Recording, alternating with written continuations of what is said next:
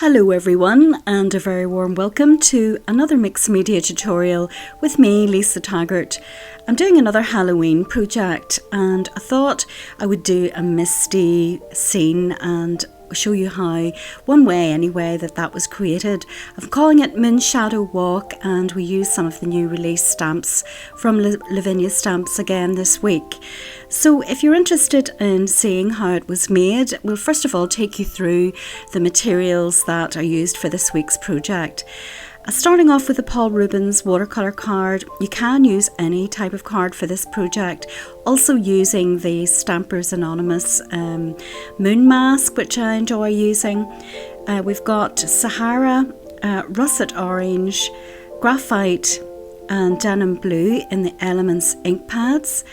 Also got Versifying Claire in Nocturne and Pine Cone. And very important this week, Lost Shadow in Distress Oxide. Doing some masking, so I've got my masking fluid and brush, also my battery operated eraser, some applicator brushes. These are the wee makeup brushes that I use that come in different sizes, which are very handy. Also some chalk pastels from this little set, white and like a dark yellow from the Faber-Castell pastel block set. Also a watercolour brush, couple of gel pens, white and yellow, and then the sparkle gel pen, all from Signo. We've got the Stabilo All Black pencil, which is important this week, a fine liner, and also then the Zig cleancolour markers. I've got sort of like a murky yellowy brown colour, olive green and a grey.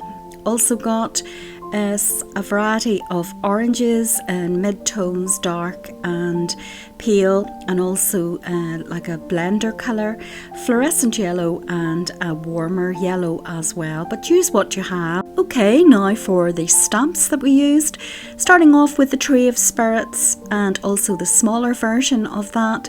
We've got Dragon Tree Root Corner, Hill House, one from the Foliage set, Flitter Mice, Broadwin and Malin set, the soil, Playful Pumpkin, and one from the Ickle Pumpkins, and the small broomstick from the set. So if you want to convert all of those into something that looks a little bit like this, just keep on watching.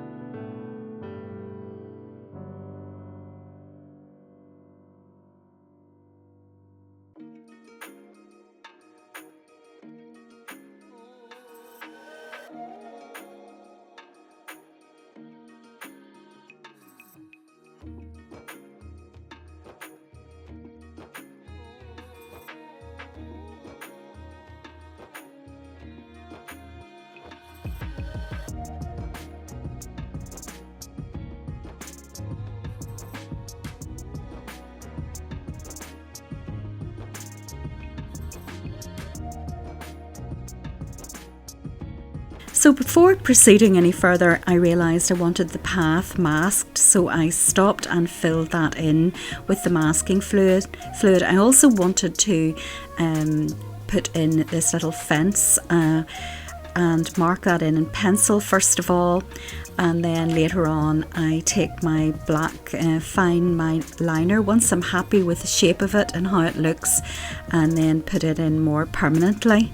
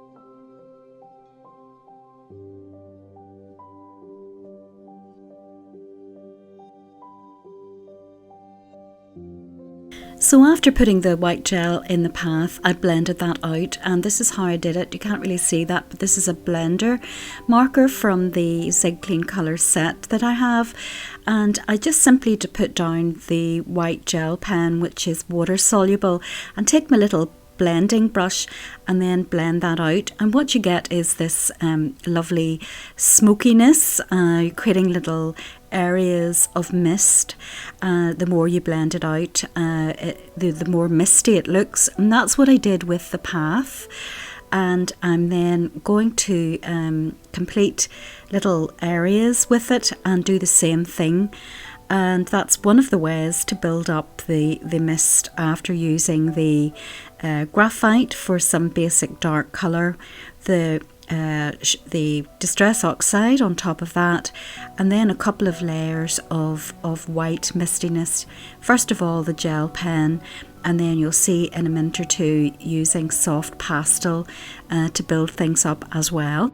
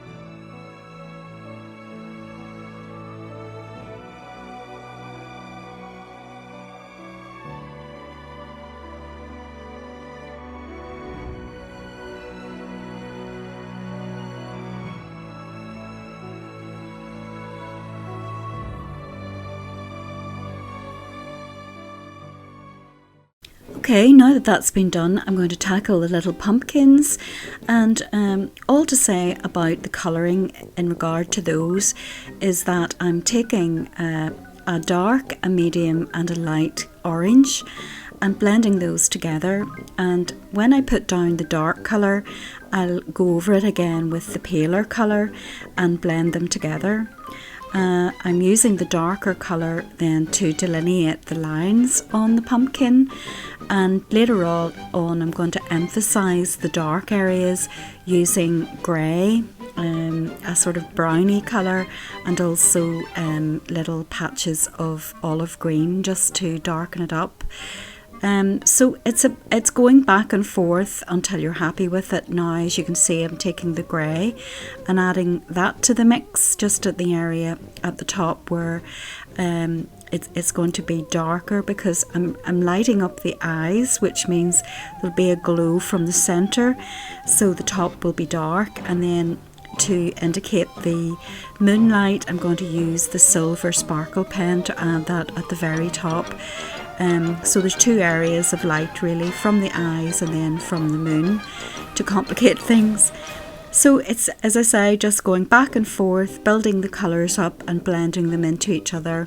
And it's a good tip to have a lighter colour to blend everything together.